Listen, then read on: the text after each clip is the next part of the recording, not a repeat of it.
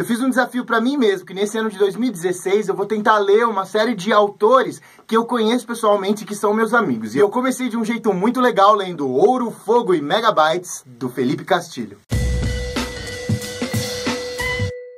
Ouro, Fogo e Megabytes faz parte da série O Legado Folclórico, que é uma série que o Felipe Castilho escreveu sobre um menino chamado Anderson, que é uma pessoa ligada a computadores, tecnologia e tudo mais. Na verdade, ele é um garoto obcecado por um jogo online chamado Battle of Asgarath, ou BOA. E pelo fato de ser o segundo melhor do ranking e o primeiro do ranking ter desaparecido misteriosamente, ou talvez por alguma outra coisa a mais, ele é convidado para vir para São Paulo. Ele é de Minas Gerais, do interior de uma cidade chamada Rastelinho, e vem para São Paulo para executar uma missão para uma organização muito cheia de mistérios. A narrativa infanto-juvenil, a linguagem muito gostosa e tranquila do Felipe faz com que a gente se sinta um pouco voltando para Hogwarts, quem leu Harry Potter, porque tem todo esse lance de você entrar num mundo mágico diferente do seu, mas tem uma familiaridade muito interessante porque as coisas mágicas que acontecem têm a ver com o folclore e os mitos brasileiros.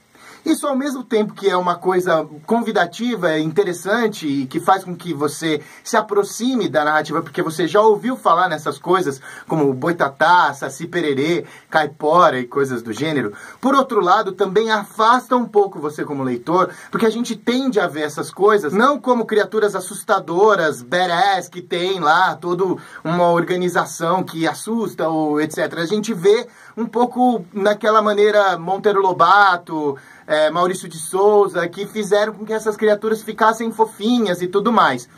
Na narrativa do Felipe, não é bem assim. Na verdade, essas criaturas folclóricas, além de terem muito poder e ainda ter uma ligação com a natureza muito forte, estão muito enraivecidas porque a gente vem destruindo a natureza, destruindo o verde, todas as coisas com as quais essas criaturas estão conectadas. Então começa a ter tremores de terra e incêndios, e na verdade isso tem a ver com uma dessas criaturas, não vou revelar demais os spoilers, mas que vem se encaminhando e passando por dentro da terra e causando esses problemas pelo caminho que passa. Então é uma coisa bem interessante a perspectiva.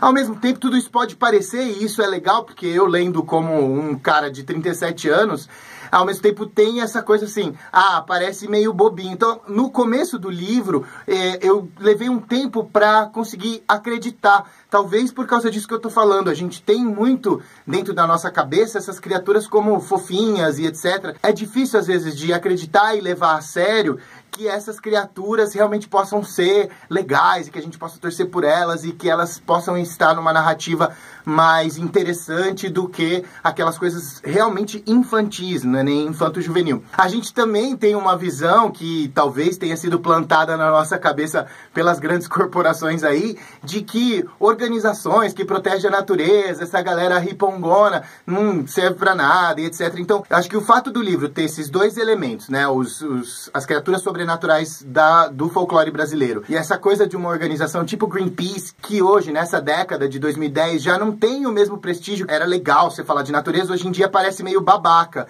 Então, os primeiros capítulos do livro, eles levam um tempo para te conquistar como leitor, ou pelo menos é assim que eu senti, talvez também por estar lendo como um adulto.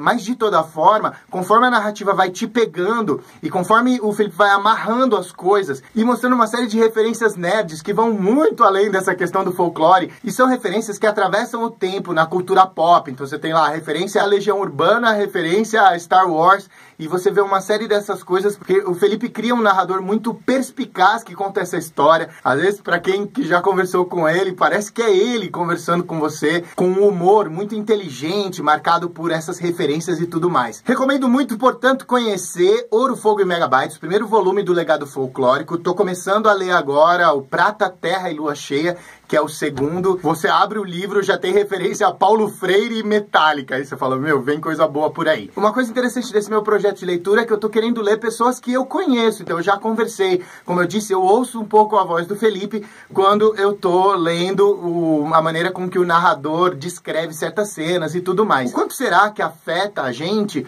o fato de você conhecer a pessoa, ter uma consideração por uma pessoa quando você lê algo que foi escrito por ela? Será que isso influencia, eu tentei pensar nisso, gravei um vídeo lá no meu canal para falar um pouquinho sobre essa questão de como a gente às vezes se sente obrigado a ter uma certa posição conforme a gente tem uma pessoa ou outra que emitiu uma opinião e tudo mais. Então dá uma olhada lá se você quiser expandir essa discussão.